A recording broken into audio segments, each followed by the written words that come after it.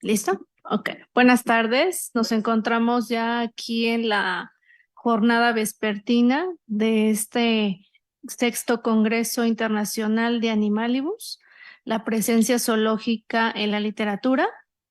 Vamos a dar inicio con la ponencia de Noé Peralta, que se titula Algo que anda en el monte, el coyote en la poesía cumial, Sí, si se pronuncia bien, sí. contemporánea. Adelante. Ay, bueno, muchas gracias. Bueno, en realidad la ponencia es bastante sencilla, a mi parecer. Esta surge a partir de mi proyecto de tesis, precisamente, donde empiezo a tratar mitos. Yo soy antropólogo.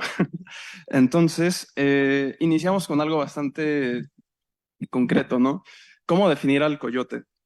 En realidad definir al coyote es algo complicado, y más si quisiéramos hacer un coyote universal, a mi parecer, sobre todo porque eh, cuando hablamos de mitos en México, nos encontramos con que sí existen los distintos mitos de Mesoamérica, pero también tenemos una parte que en ocasiones se olvida, ¿no? Que es Jaridoamérica o el norte del país. Eh, y uno puede pensar, bueno, eh, aquí cerca tenemos Coyoacán, ¿no? Donde precisamente tenemos como la figura del coyote presente. Tenemos en la cultura azteca mexica, tenemos a Huehuecoyotl, que es un tipo como de deidad coyote, ¿no? De música y danza. Sin embargo, las comunidades Kumeyaay se encuentran en la península de Baja California, un poco lejos del centro del país. Entonces, es claro que la figura de este animal va a ser distinta. Em, por otra parte, tenemos y podemos pensar, bueno, entonces tiene que parecerse un poco a la figura del coyote que nos da Estados Unidos, ¿no? Como el coyote y el correcaminos, que tenemos como que parece como una referencia inmediata. Eh, Sin embargo, observamos cómo la figura del coyote en ese caso, ¿no? Como en esa serie animada, termina como perdedor, termina como esta persona que no tiene la suficiente, o este personaje que no tiene la suficiente astucia, etcétera, etcétera, ¿no? Entonces hay ciertas connotaciones que pudieran verse incluso como negativas. Y bueno, eso como de manera general, ¿no? Como que antes de contextualizar propiamente lo que me hay, contextualizar como lo externo. Y bueno, recordar que en el noroeste del país, el coyote no va a ser únicamente perteneciente a Baja California, ¿no? Sino que distintas comunidades, como comunidades de Sonora, como las Raramuri, van a tenerlo. Precisamente ambas partes van a hablar sobre la figura del coyote en textos actuales, en textos que se escriben en estos momentos, ¿no? Y bueno, antes de pasar a nuestro coyote baja californiano, al coyote Kumeyaay, sí quisiera mencionar un breve poema, Raramuri, sobre el coyote, para entender un poco de dónde viene desde dónde viene este proyecto, ¿no? Va así, está en español porque no sé leer lenguas indígenas, es un poco complicado. Bueno, algo que anda en el monte, canta cuando tiene hambre, pero no es ningún hombre, es un coyote, ¿no? Desde este primer momento nos damos cuenta de algo, ¿no? Tanto la figura del hombre o del humano como la del coyote van a existir en el monte y van a tener una actividad similar, ¿no? Y va a ser tan similar que necesitas explicitar de qué figura se está hablando, por ejemplo. Entonces, esta va a ser la clave, a mi parecer, para entender la figura del coyote en las comunidades Kumeyaay y en otras comunidades en general, pero específicamente esa. Entonces, quisiera mencionar también un poco más de contexto, eh, el mito del coyote y la creación del canto en las comunidades Kumeyaay. Este mito me fue contado por Yolanda Mesa Calles, que es la lideresa de la comunidad Kumeyaay de Juntas de Nejí. Y no es de noche, usualmente los mitos se tienen que contar de noche, pero tendremos que hacer la excepción. Em, Básicamente se trata de, en un momento del tiempo pasado, no, los animales no tenían voz o conocimiento, ¿no? Es muy interesante como el uso de estas dos palabras como algún tipo de sinónimo. Entonces, aquellas que tenían la capacidad de dar voz o conocimiento eran las Escalapamishap o mariposas blancas. Em, Ordenan a los distintos animales crear un tipí, que es una casa cónica, en este caso de sauce, para que en la noche ellos entreguen la voz, ellos entreguen el conocimiento. Entonces lo citan a una hora específica, los animales van entrando, las mariposas entran por arriba, se les da el conocimiento, ¿no? Se les da la voz. El coyote llega tarde, no alcanza a entrar a este tipí. Los otros animales le dicen, ya se están yendo las mariposas, no vas a poder tener voz.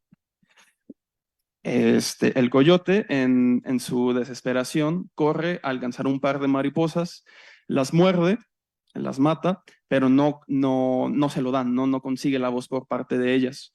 Es cuestionado por el resto de animales y entonces el coyote dice, sorpresivamente bueno, yo no necesito de estas mariposas para generar mi propia voz, para generar mi propio conocimiento.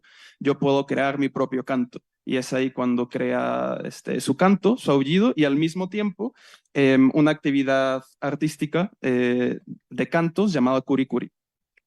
Entonces, nos damos cuenta ya de algo con la figura del coyote. El coyote es una figura que va a preferir la experiencia propia que la experiencia dada. Y además la va a utilizar en contraposición a otros conocimientos. Entonces, hay esta importancia de qué hago yo y cómo esto que hago yo es propio de mí y no me lo dio nadie, ¿no? Al mismo tiempo, y esto se va a seguir utilizando en distintos actos políticos de las comunidades Kumeyaay, como resistencia, como lucha, ¿no? Esta figura del coyote de esto es mío y no es algo que me hayan dado, ¿no? Y bueno, Emilia Mesa Calles es una escritora Kumeyaay. Ella escribe en Kumeyaay y si no estoy erróneo con el dato, Norma Mesa Calles, su hermana, es la que le ayuda a traducir ciertos textos. Entonces, voy a iniciar con uno. Este se llama Cordilleras, Refugio de las Serpientes. Tierra silenciosa, perfumada. Hierbas verdes cantan su lenguaje y aúllan los coyotes y las aves te escuchan, lloran en los montes. Un corazón de mucho viento cuenta historias viejas. Las costillas secas de la sierra, la magia de sus encantos se arrastran como la muerte certera. Con su sonaje en la tierra prepara el ataque de la naturaleza como víbora de cascabel. Las cordilleras, los cerros cercanos nos protegen, nos dan cobijo, alimento y también las serpientes. Este texto y la mayoría de textos que les voy a decir se encuentran en internet, fácilmente pueden encontrarlo. En particular en Facebook, en la página Culturas Populares de Baja California, por si les interesa saber más. Y bueno, a mí, siguiendo con esta figura del coyote, encontramos esta sección. Hierbas verdes cantan su lenguaje y aúllan los coyotes y las aves te escuchan, lloran en los montes. Si se dan cuenta, no hay algo que separe y aúllan los coyotes y las aves te escuchan, sino que se dice como una sola oración. En todo caso, en el momento en el que dice lloran en los montes, se va a referir a que lloran tanto los coyotes como las aves. Ahora bien, eh, las comunidades Kumeyaay son comunidades que van a vivir en montes, que van a vivir en cerros, que van a vivir en espacios cercanos a mesetas, ¿no? Una de las traducciones varias que se le da a la palabra Kumeyaay en realidad es aquel que lucha contra el acantilado, por ejemplo. Entonces, cuando hablamos de coyotes, exactamente de quiénes estamos hablando, ¿no? O sea, pareciera de alguna manera que la comunidad utiliza este elemento del coyote para hablar de ellos mismos, ¿no? Y hablar de la comunidad. Por otra parte, utilizando todavía esa sección, se puede argumentar que está sí en tercera persona, Pero lo que va a suceder es que lo que es muy usual en juicios, por ejemplo, es que al momento en que se da un testimonio, se busca como un tipo de despersonalización para generar aparentemente una mayor objetividad, ¿no? Y al mismo tiempo por distintos problemas que puede llegar a tener la primera experiencia, ¿no? Esto también es usual como en ciertos proyectos como de fenomenología en distintos institutos donde se parte de la primera experiencia, pero se tiene que narrar como tercera. Entonces, un segundo poema que tenemos, también escrito por Emilia, es: si eres Cumiay de la Sierra, conoces muy bien tu origen, como aleteos de insectos, los cantos de los pájaros y el ruido del río que corre, como si reclamaran que cante sus canciones con ellos. ¿Cuánto tiempo han vivido en estas tierras, guardianas de los desalmados que abusan de la madre tierra? Em, Algo que a mí me resulta interesante de este poema no es solo el mismo hecho de que el poema se llame Si eres Cumiay o Cumiay, ya marcando como directamente como separación, sino como aleteos de insectos, los cantos de los pájaros y el ruido del río que corre, como si reclamaran que cante sus canciones con ellos. Y bueno, a mí me parece necesario en ese momento volver a ese mito del coyote donde le dicen no tienes voz, no vas a poder hablar con nosotros. Entonces vemos como en el mito hay un rechazo porque no va a poder hablar con ellos. Y sin embargo aquí es, en vez de un rechazo porque no van a cantar con ellos, es un reclamo para que canten con ellos, ¿no? Entonces podemos ver como esta figura como de la separación y la unidad nuevamente como en un texto actual. Y ahora, si bien Emilia Mesa Calles es la que tiene un papel un poco más formal en la escritura, vamos a encontrar otras personas que van a poder escribir, tal vez no de una manera tan constante, tal vez un poco disperso, pero me parece igual de importante. Por ejemplo, tenemos a Gilberto Glesarse. Él, por ejemplo, no es licenciado en literatura, pero es licenciado en enfermería. Kumiai también.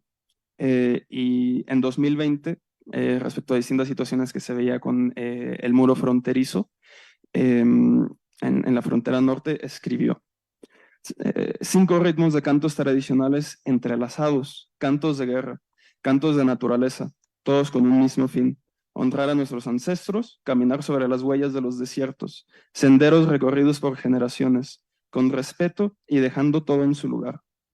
Pero ¿sabrán eso los blancos que siguen cruzando e intensificando la gran construcción del llamado muro? Por supuesto que lo saben, y siguen queriendo borrar toda evidencia que existe en su camino para seguir y seguir. Aunque, mientras el coyote siga aullando, habrá señal de guerra y que se seguirá peleando. Entonces vemos en este punto otra cara de la figura del coyote, ¿no?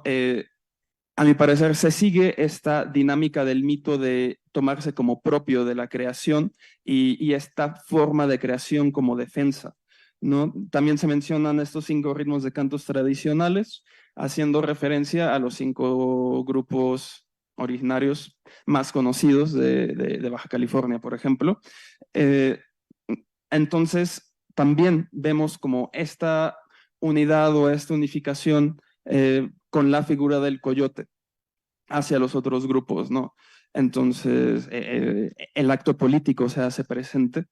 Y por último, una de las últimas actividades que se hicieron poco antes de que yo regresara acá a Ciudad de México en la comunidad fue con los niños de la comunidad. Y en un inicio era un ejercicio como de socialización, de aprendizaje de su propia cultura, etcétera, etcétera. Ramón, el proyecto fue organizado por Paola Cortés. Em, y bueno, Ramón de 8 años escribe un pequeño haiku, ¿no? El amanecer brillante, el ña salió, la matcuate resplandece, utilizando todas las palabras en español sería: el amanecer brillante, el sol salió, la montaña resplandece.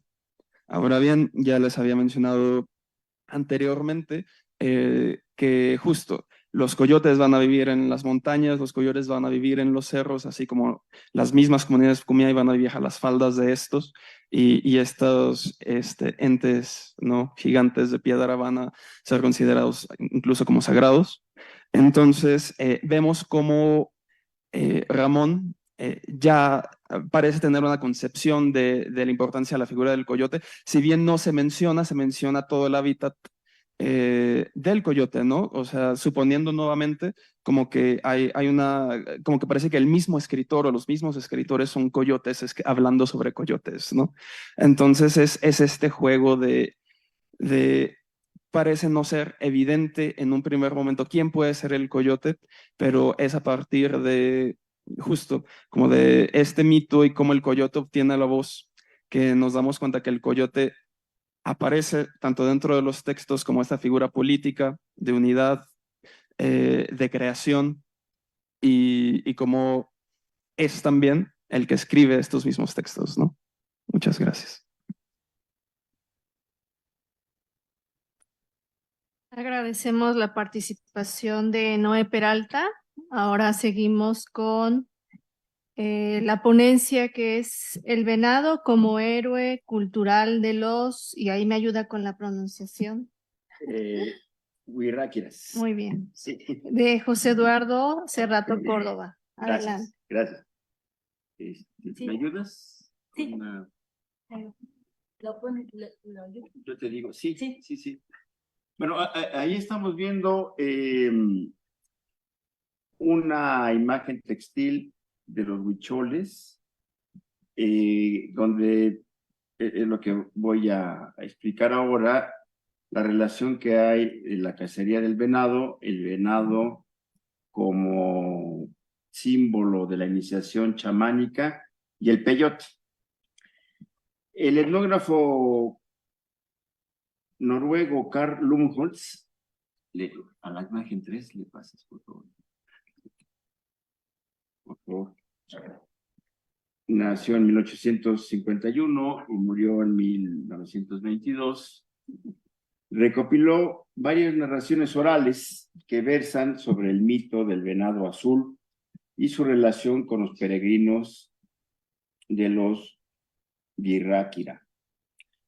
Estos relatos están diseminados en el volumen México Desconocido, un registro de 5 años de exploración en las tribus de la Sierra Madre, en la Tierra Caliente de Tepic y Jalisco, y entre los Tarascos de Michoacán, obra publicada en 1902.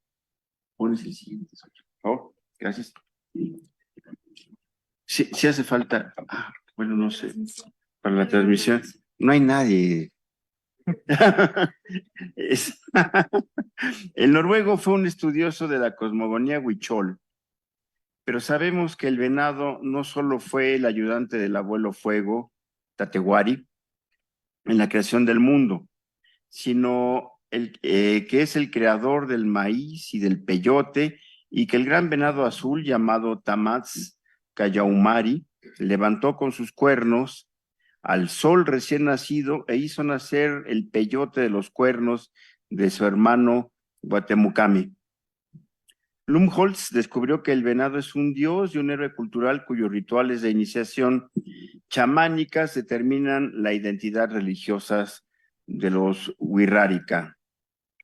Humlum señala que el venado es un símbolo polivalente, agrícola, nómada y chamánico, relacionado con las peregrinaciones de los primeros cazadores de la serranía, cuyas migraciones condujo al descubrimiento de tierras propicias para la sembría. La ruta ancestral que el venado le enseñó al cazador, por desgracia, han sido alterados hoy día por el desastre ecológico del llamado turismo de drogas recreativas y por los narcos caminos de la heroína. En el mito original, el venado conduce a los futuros chamanes a Wirikuta, lugar sagrado en donde apareció por primera vez el sol y en donde habitan las deidades y los espíritus ancestrales. Entre los meses de octubre y marzo se recrea el caminar de las deidades desde el mar de Jaramata al este, hasta el lugar donde salió el sol de Naunux, el actual Cerro del Quemado. El Cerro del Quemado ya está bastante quemado, es en Real de 14, ¿no? Y todos los atascados de peyote, pues ya se acabaron. De tal manera que ahora la peregrinación, esto está en San Luis Potosí, es una zona turística. Si ustedes entran a Google, ahí consiguen hospedaje y cualquier cactácea se las venden a los turistas como peyote. Que no tienen visiones, pero sí tienen un lavado de estómago, de vómito y diarrea. Eso es muy sano, eso es muy bueno. De tal manera que ahora, por desgracia, la ruta del Venado Azul fue a desembocar hasta los límites con Durango. ¿Se acuerdan de este triángulo muy Chapo Guzmán entre Sinaloa, Durango y Chihuahua? Ahí es donde ahora se encuentra, en lugar del quemado, el lugar de los rituales de los huicholes, donde hacen todo este ritual del peyote. Parece ser que es uno de los rituales que encontró y vio Antonin Artaud cuando vino en el 34, que venía a buscar la verdadera civilización y lo que presenció fue una peregrinación del Venado Azul. ¿Le cambias un poquito, por favor? El siguiente. Miren, en la visión chamánica, por lo menos es así como lo venden. Están estos bordados de los huicholes, donde está narrada la mitología y el peregrinar del Venado Azul hasta el camino del peyote. Y lo que se ve es una iniciación y es una visión de los chamanes huicholes. Bueno, continúo. Los dioses fueron guiados por Tatewari, el abuelo fuego.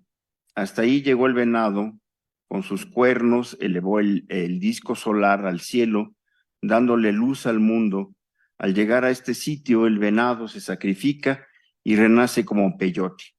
El antropólogo Héctor Medina Miranda ha subrayado que la cacería del venado en el ritual wixárika no es un acto de crueldad, sino que es un ejemplo de austeridad y autosacrificio en beneficio de la colectividad, que creo que se puede relacionar en ciertos aspectos totémicos y de iniciación chamánica con lo que nos ha relatado Noé en cuanto a este animal guía, animal simbólico de una mentalidad iniciática. Ha llamado la atención de etnólogos y antropólogos el trato especial a un animal noble como el venado, que en este sentido puede ser calificado como una víctima propicia que decide autoinmolarse por el bien de la comunidad. Al respecto, Johannes Neurath señala que para los estudiosos de la cultura wixárika no parece fácil renunciar completamente a la categoría de sacrificio. Existen numerosas prácticas rituales que tradicionalmente han sido interpretadas como sacrificio y que de cierta manera los mismos huicholes consideran como tales. De acuerdo con la mentalidad de las culturas cazadoras, el animal que alimenta a un pueblo es un ser sagrado que rinde tributo a la alianza humano-animal. Uno depende del otro y una falta a este acuerdo provoca el caos y la destrucción del medio ambiente. Lo peculiar de este ritual de cacería es que el venado es el que se entrega al cazador para ser sacrificado. La conducta de la víctima se relaciona con el concepto chamánico denominado neírica, que literalmente quiere decir dónde ver. ¿Le das gracias? Bueno, ahí es, digamos, este es el proceso de la neírica. Vemos al venado, al centro el peyote, luego los elotes, que ya veremos, y el águila y la serpiente. Abajo están los peyotes, que nacen del suelo. Y esa es la visión que una vez que se ha iniciado el chamán,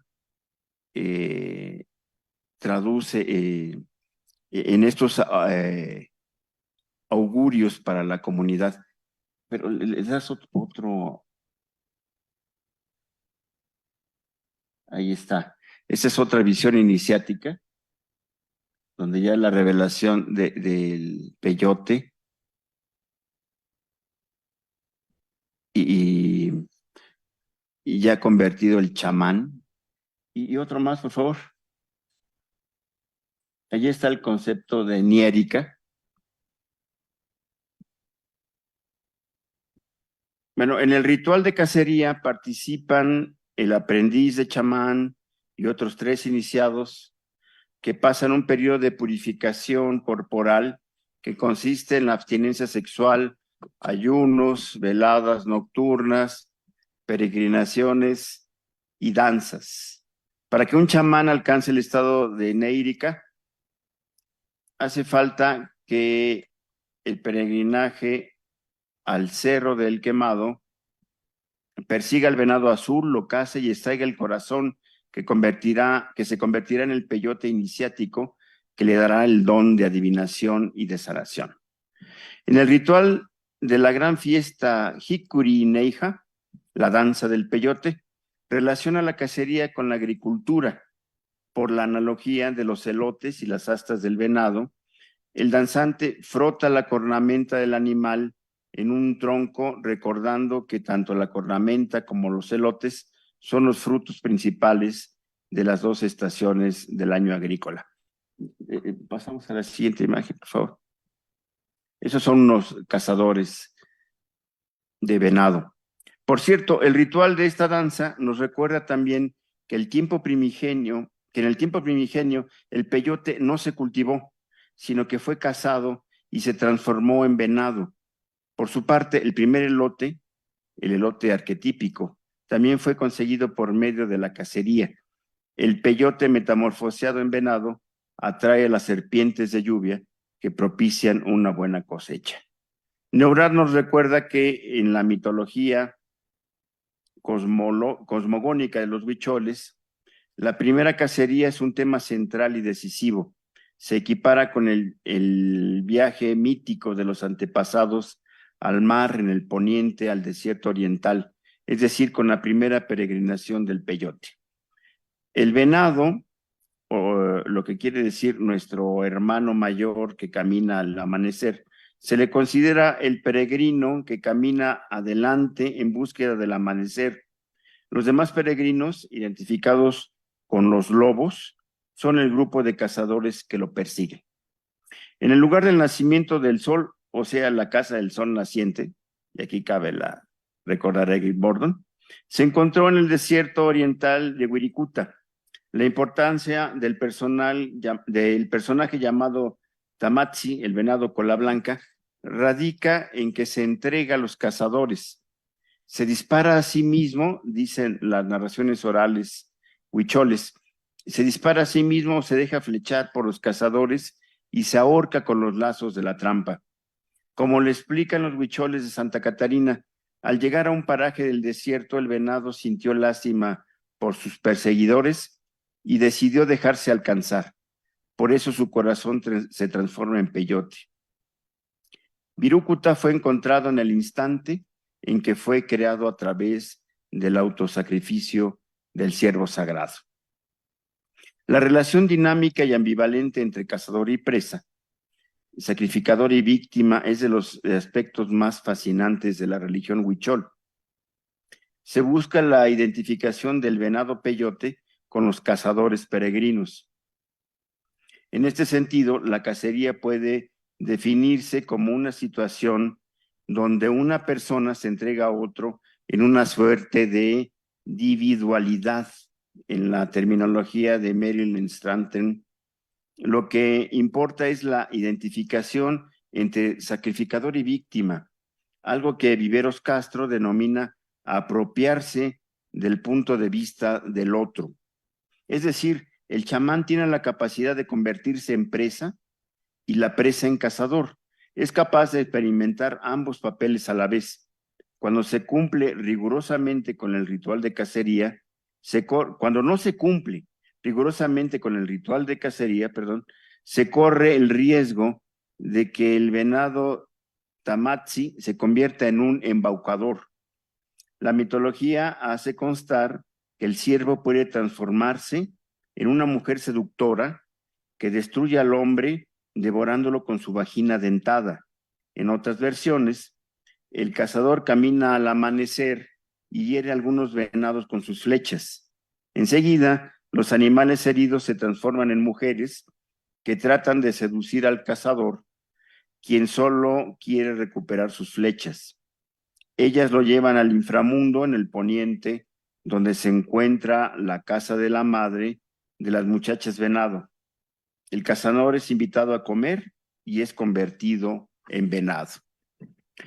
Hemos visto, abuelo de pájaro, que para los huicholes la cacería del venado consiste en convencer a la presa de que realice un autosacrificio.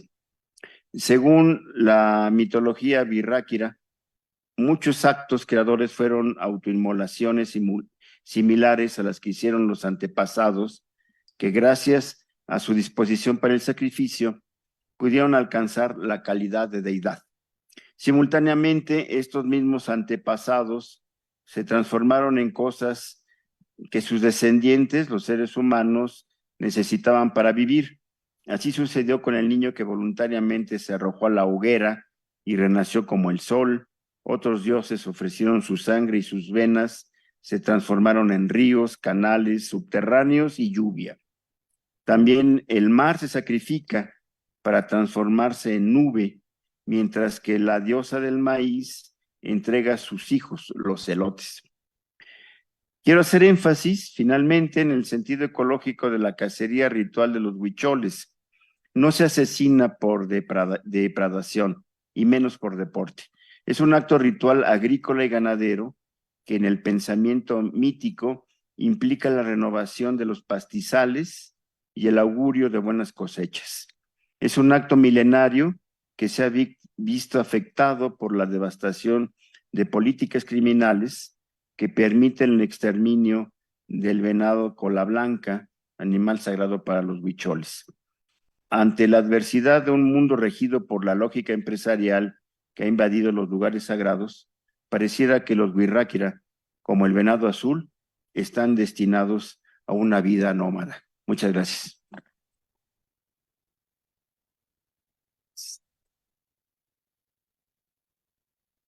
Muchas gracias a José Eduardo Cerrato. Vamos a darle y cederle la palabra a Laura Elena Sotelo Santos con su título Zoología prodigiosa maya, una revisión desde el Popol Vuh. Adelante.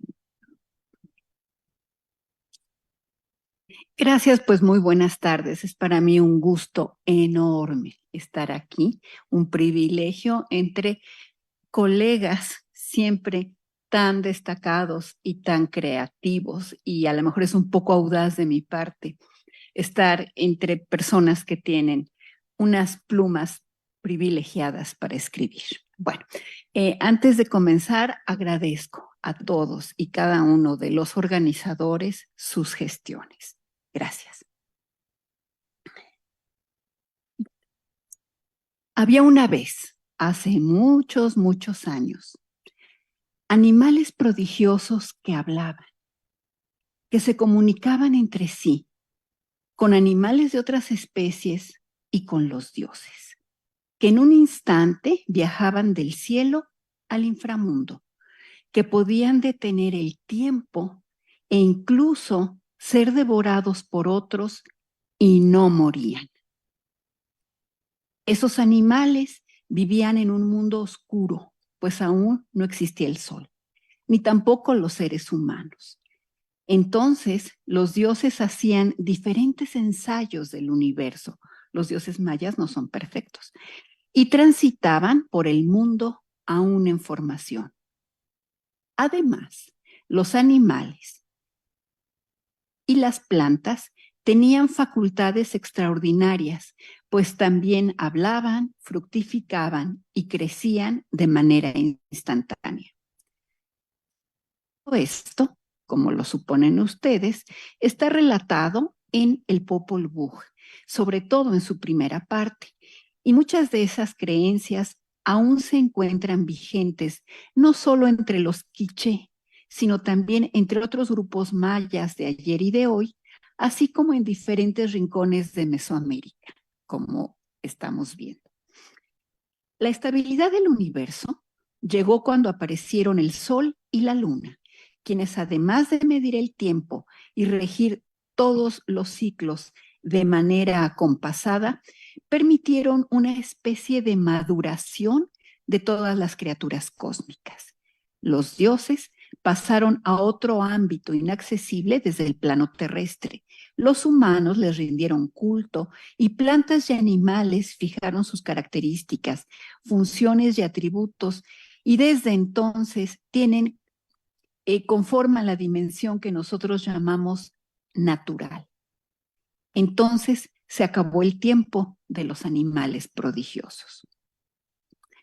Este trabajo se refiere al pensamiento tradicional maya, analizado a través de uno de los compuestos de narraciones míticas más conocidos y más complejos del mundo indígena mesoamericano, el Popol Vuh. Antes de comenzar a revisar el conjunto de animales maravillosos que he seleccionado para este trabajo, considero pertinente recordar que se conoce como Popol Vuh un manuscrito elaborado en el siglo XVIII por el fraile dominico Fray Francisco Jiménez. Se infiere que este autor español lo trasladó hacia 1702 cuando estaba como cura doctrinero en Chubilá, la denominación quiché de Chichicastenango, en Guatemala. El manuscrito autógrafo hoy lo resguarda la Biblioteca Newberry de Chicago y forma parte de la extraordinaria colección de Edward Ayer, paraíso filológico que está compuesto por más de 15,000 volúmenes referentes a los pueblos y las lenguas originarias de América y que reúne prácticamente todo lo publicado hasta el momento de la muerte de ese filántropo millonario. Ayer estaba convencido que las etnias nativas de América desaparecerían y en su afán por salvaguardar ese patrimonio humano adquirió la información disponible en su época, toda la información disponible. A ello se debe que haya comprado un volumen extraordinario, el manuscrito de Fray Francisco Jiménez, compuesto por El Tesoro de las Tres Lenguas, el Popol Vuh y los escolios. Otro aspecto que me parece importante puntualizar aquí es que el nombre del manuscrito no es Popol Vuh, sino Las historias del origen de los indios de esta provincia de Guatemala. La denominación Popol Vuh fue puesta por Bracer de Bourbourg cuando hizo la publicación de su traducción al francés en 1861 y usó la expresión Popol Vuh contenida en el manuscrito. Dice el Popol Vuh, de donde sacó él esta denominación. Dice el texto, esto lo escribimos ahora dentro de la palabra de Dios. Lo sacamos ahora del cristianismo porque ya no hay donde ver el Popol Vuh, que servía para ver la claridad que había venido de la otra parte del mar. Bueno, en suma, el Libro Nacional de Guatemala, anónimo, es un texto del siglo XVIII que puede ser considerado como un códice maya transcrito, producto del proceso de la conquista militar y espiritual de la región alteña maya por parte de los españoles. Es muy probable que el Popol Vuh sea una obra colectiva, concebida para ser escuchada en público y que haya sido transcrita en caracteres latinos por miembros de la nobleza indígena quiché, letrada, tal vez desde el siglo XVI. Es importante destacar que el Popol Vuh conserva los elementos esenciales del pensamiento quiché. Tan es así que Fray Francisco Jiménez, en su Historia de la provincia de San Vicente de Chiape, Guatemala, señala: hallé que era la doctrina que primero mamaban con la leche y que todos ellos casi la tienen de memoria. Y descubrí que de aquestos libros tenían muchos entre sí. Por ello, desde el siglo XVI hasta la actualidad, se reconoce especialmente como un referente del pensamiento nativo maya y mesoamericano. Algunos autores lo han llamado la Biblia quiché. Paradójicamente, aunque fue rescatado por el fraile dominico como un instrumento de evangelización, hoy en día es un documento que los quiché conciben como una entidad viva. Por su significación espiritual, las autoridades indígenas quiché acuden a la biblioteca Newberry periódicamente a hacerle ofrendas. En cuanto al contenido, es indispensable mencionar que está estructurado en episodios con historias redondas. Hay un narrador que parece haber observado todos los hechos, desde antes de que se iniciara el proceso cosmogónico, y termina con los hechos históricos de los señores quiché y hace referencia a hechos de mediados del siglo XVI. En ocasiones, el texto refiere sucintamente varios sucesos. En otras, reproduce algunos diálogos entre los personajes. Además, distingue los diferentes pasajes, haciendo relatos temáticos y anticipa el contenido de los episodios antes de desarrollarlos. Asimismo, transita por el tiempo, no siempre de una manera lineal. ¿Y los animales? Los animales están presentes a lo largo del todo el texto. Desde los primeros episodios aparecen las aves y los venados, cuya función, según el mito, es ser guardianes de la vegetación, aun cuando los dioses los crearon con la finalidad de que hablaran y los invocaran. Sin embargo, al no rendirles culto a los dioses, los animales son confinados a los bosques y los barrancos y son condenados a alimentar a la futura humanidad. A partir de entonces se inicia un largo proceso en el que los dioses crean humanidades de lodo, madera y finalmente de elotes tiernos. Pero el mundo parece requerir de una serie de adecuaciones que se realizan a través de las acciones de varios personajes del linaje Ajpú, de una entidad celeste, el falso sol, y sus hijos de naturaleza telúrica, como Bukutkakish y sus hijos Cabracán y Zipagná, de los señores del Xibalbá y de Ixquic, diosa madre virgen. En el pensamiento mítico universal se encuentran procesos y composiciones biológicos alterados que constituyen una característica esencial de los tiempos primigenios. Este rasgo distintivo se encuentra en la mayoría de los relatos, en donde algunas plantas pasan por fases sucesivas que están fuera del orden natural y ciertos animales tienen características corporales y facultades que no están presentes en la naturaleza. En estos mitos, el papel central de los animales prodigiosos presenta una estructura corporal insólita, en la que sus elementos están incompletos. Asimismo, tienen facultades extraordinarias, pues transitan por el universo de manera instantánea, tienen la capacidad de hablar y comunicarse entre sí y con otras entidades. Tienen inteligencia y memoria, también voluntad. Asimismo, presentan habilidades operativas, tanto devastadoras como creativas, o la pericia para no morir a pesar de ser engullidos por otros animales. La fauna que conforma la zoología prodigiosa maya en el libro sagrado quiché corresponde a la de la región alteña. Aves como el quetzal, el halcón blanco y el tecolote, mamíferos como el jaguar, el puma, el coyote, el murciélago, o insectos como el piojo, las hormigas y los zancudos.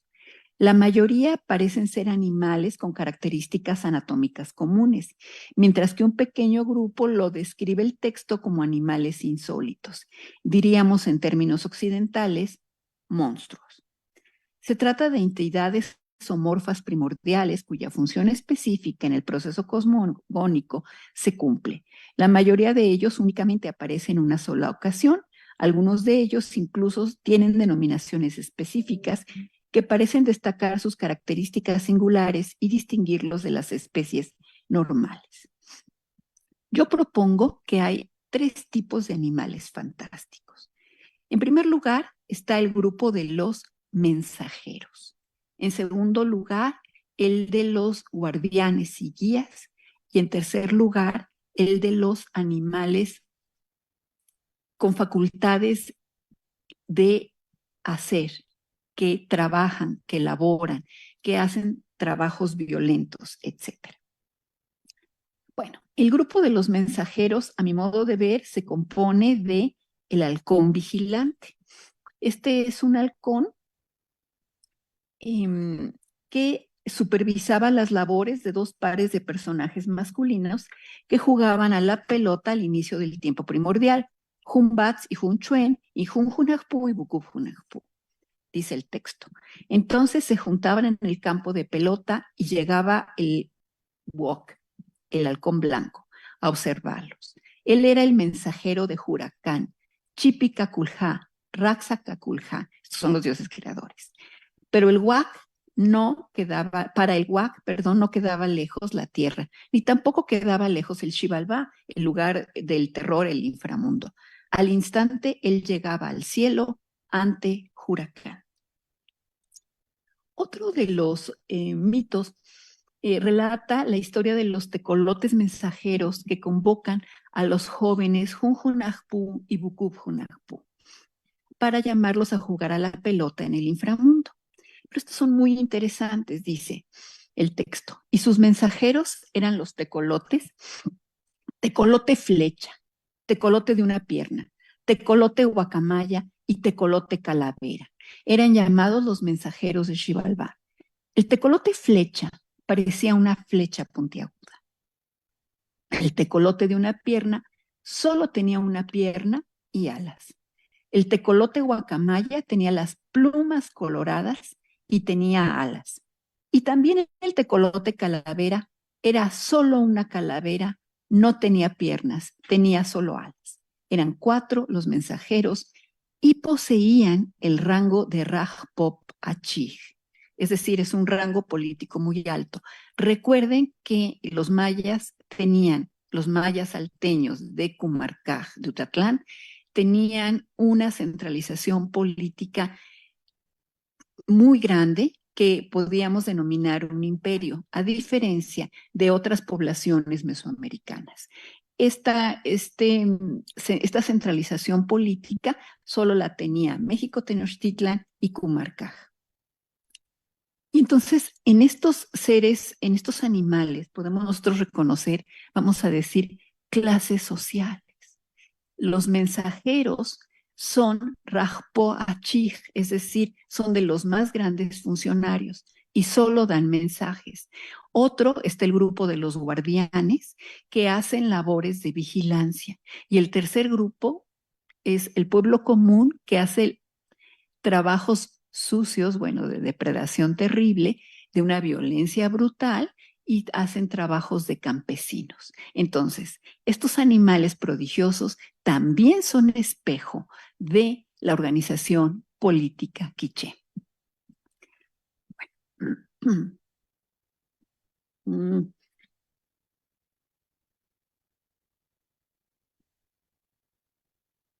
Bueno, los pasajes son muchísimos y podría yo dar, ahora me doy cuenta, casi un curso de estos animales. Entonces me sentí abrumada, pero no sé si ustedes se acuerdan de los pasajes, pero solo quiero enunciar algunos. Por ejemplo, cuando Ixquic queda embarazada, su padre, su dulce padre, la manda a matar.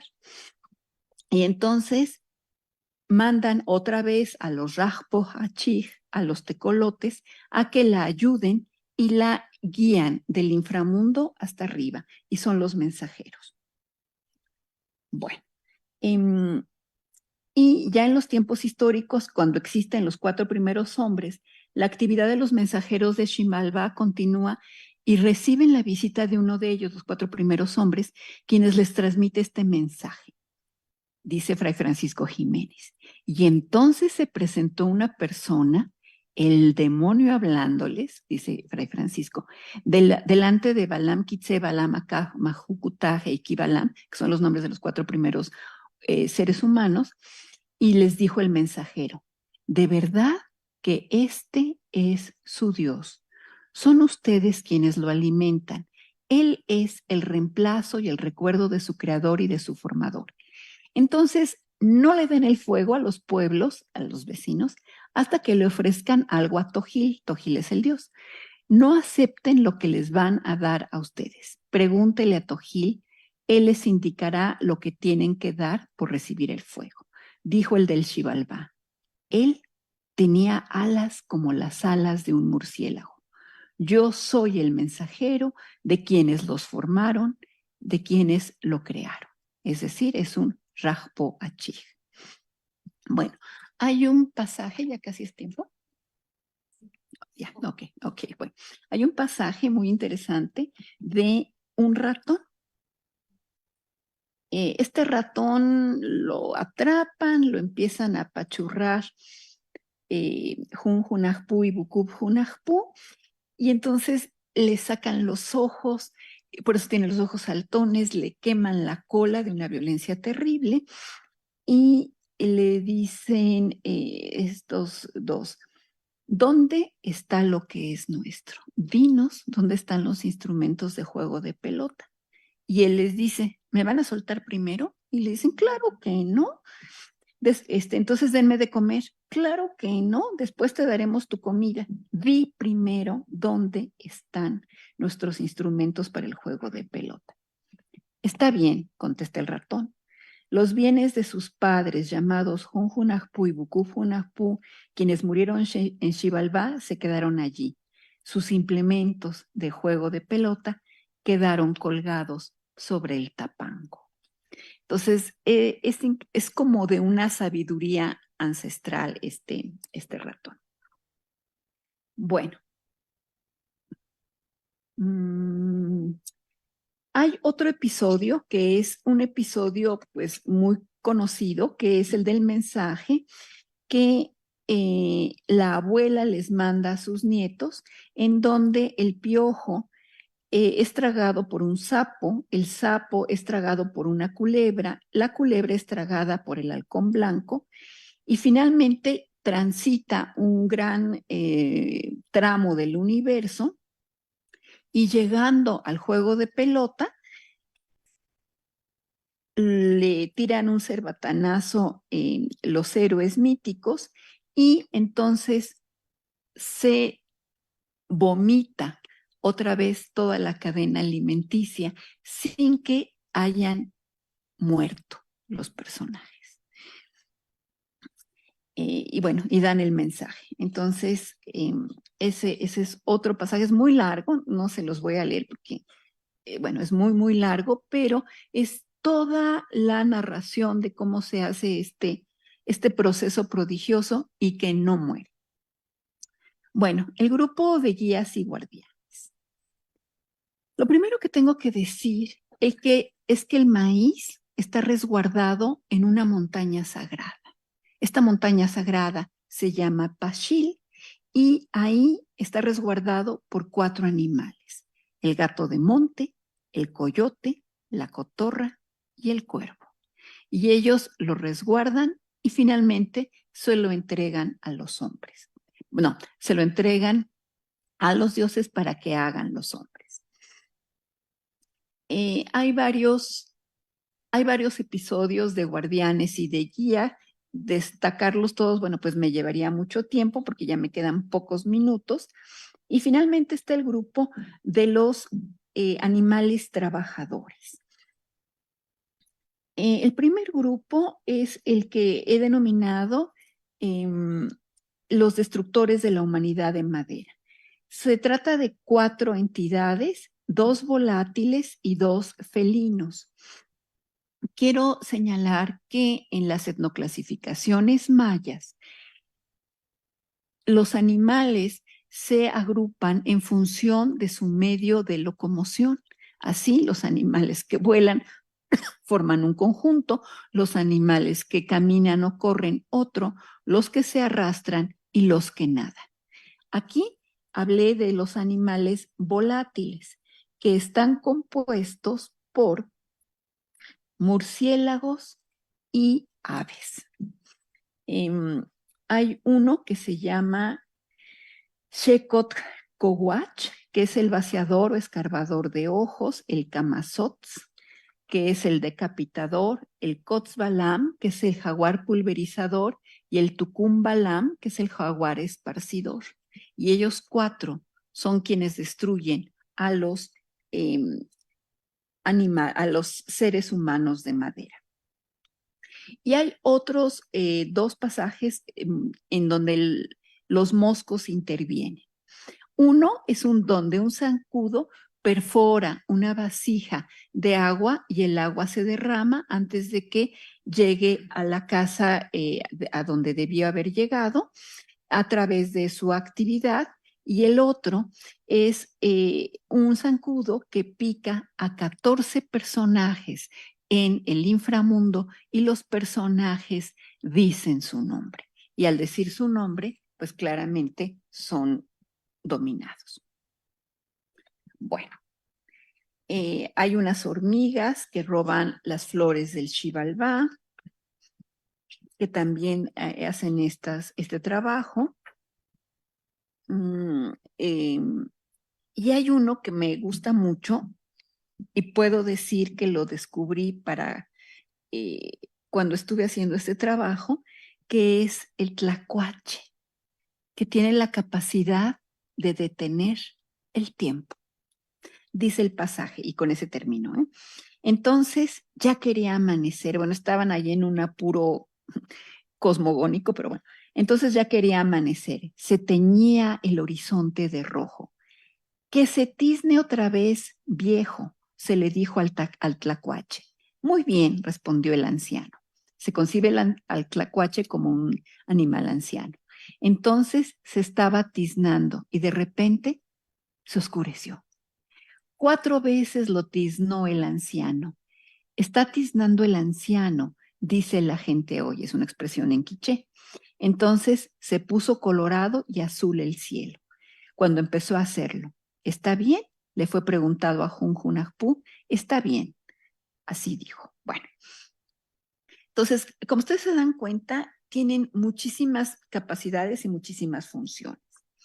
Yo creo que en los mitos los animales tienen 4 funciones.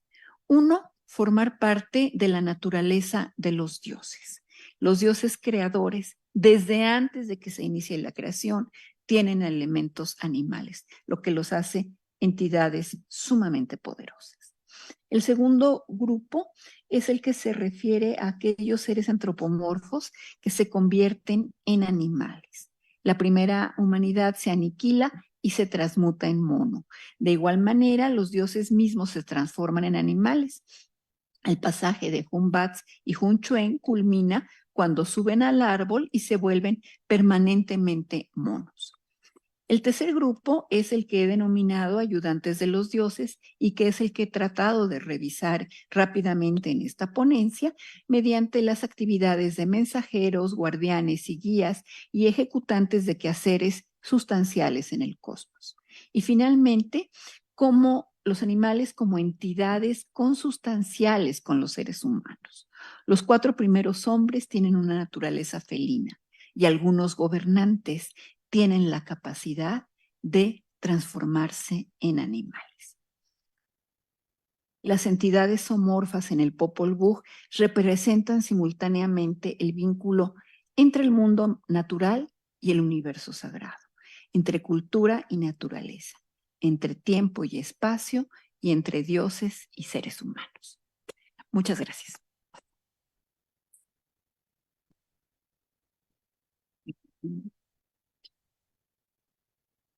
Muchas gracias a todos los ponentes. Muy interesantes las presentaciones. Yo creo que después de esto, la última ponencia nos invita como a releer la obra, porque definitivamente uno pasa desapercibido esos temas y ahora los vemos con otros ojos.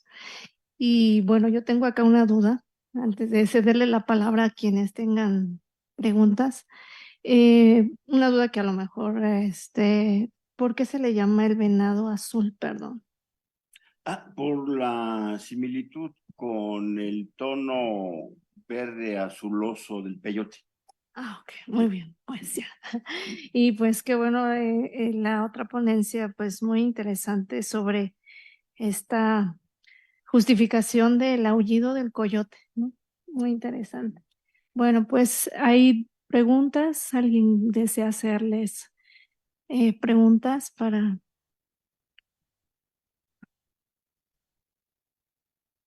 Es que si no, no se transmite en el Facebook. Ok, Hoy sí. lo constaté en la mañana. Sí. Bueno, primero una disculpa por haber llegado tarde, pero algo que me llamó la atención fueron dos imágenes que mencionaste, Eduardo, que es esta de las vaginas dentadas y también como boca del infierno, del infierno, porque son imágenes muy medievales. O sea, entonces, si esto tendría que ver con un sentido folclórico muy primigenio, o incluso que hay una contaminación ya también de, ya veo a Laura diciendo que no, porque si se trata de esto tan primigenio, porque digo, hay representaciones clarísimas de vaginas dentadas en muchas miniaturas medievales.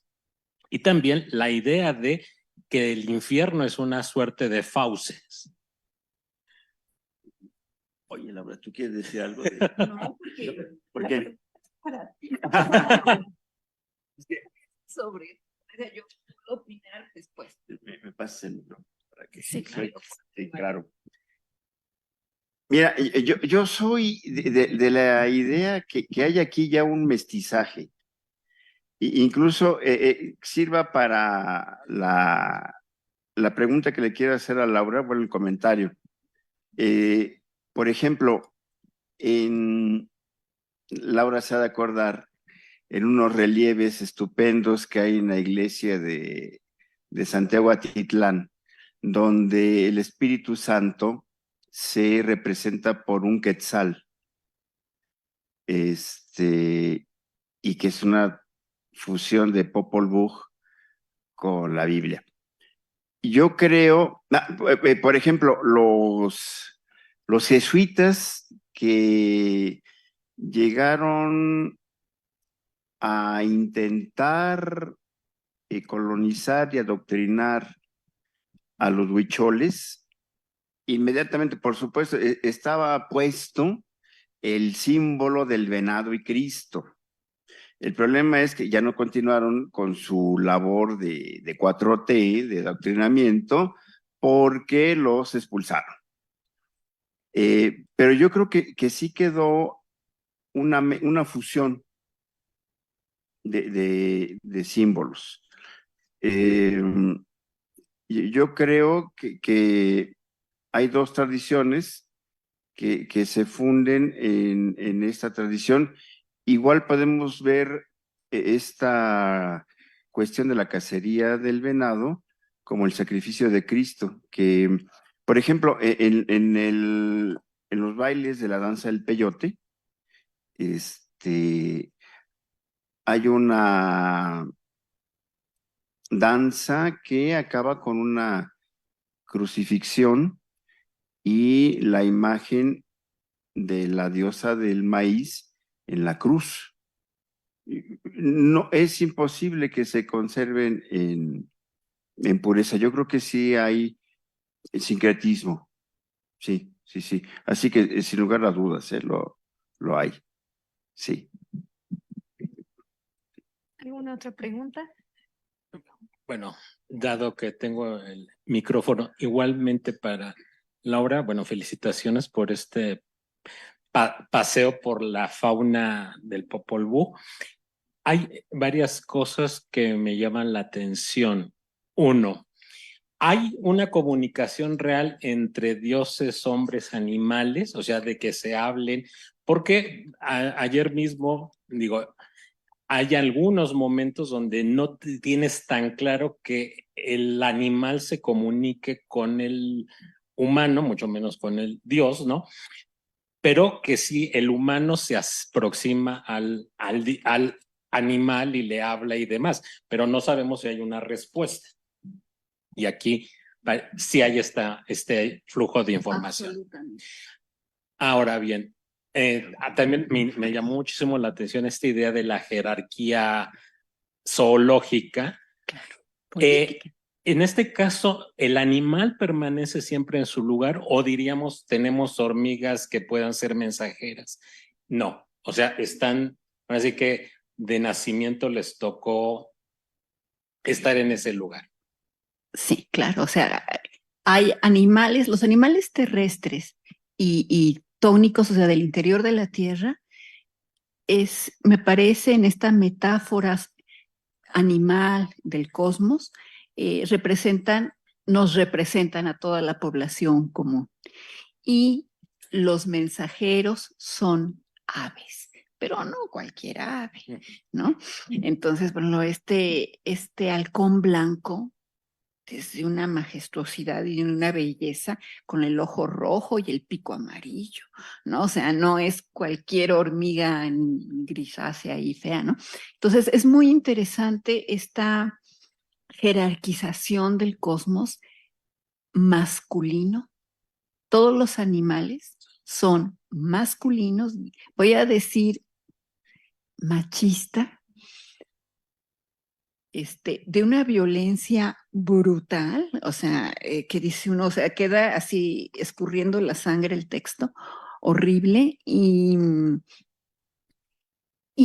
creo yo que es una de las muchas formas de representar en espejo a la sociedad a través de la religión. Y está también, creo yo, el tránsito del mundo cazador al mundo agrícola. Y entonces, tanto el coyote como el venado están presentes en muchos pasajes del Popol Vuh. El coyote como guardián del maíz y el venado como ayudante de los dioses haciendo tareas, por ejemplo, en la milpa. Es muy interesante, ¿no? Entonces, así como que extiendo hilos de relación en Mesoamérica y más allá, y parecen ser elementos como universales. Me encantaron las dos ponencias y puedo aprovechar que tengo el micrófono. En cuanto a, híjole, a este grupo, que no sé cómo se llama otra vez, que refiere al coyote, ¿en qué parte de Baja California están? Porque pues, hay mucho desierto, hay dos costas y la montaña central, y yo solo sé un poquito de Mesoamérica. Perdón.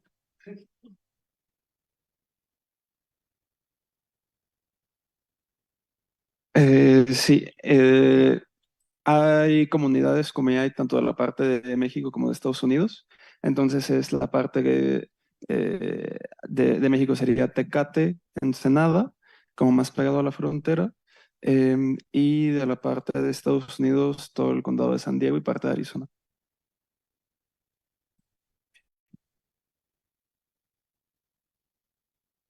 Bueno,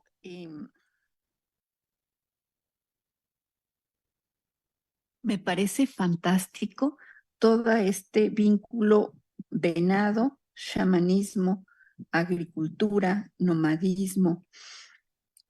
Y en mi opinión, el venado azul, en términos mesoamericanos, no es el venado de carne y hueso, es el venado primigenio. Y como decían o dicen los mayas, yash, azul verde, el color del centro del agua de la creación y del origen del mundo.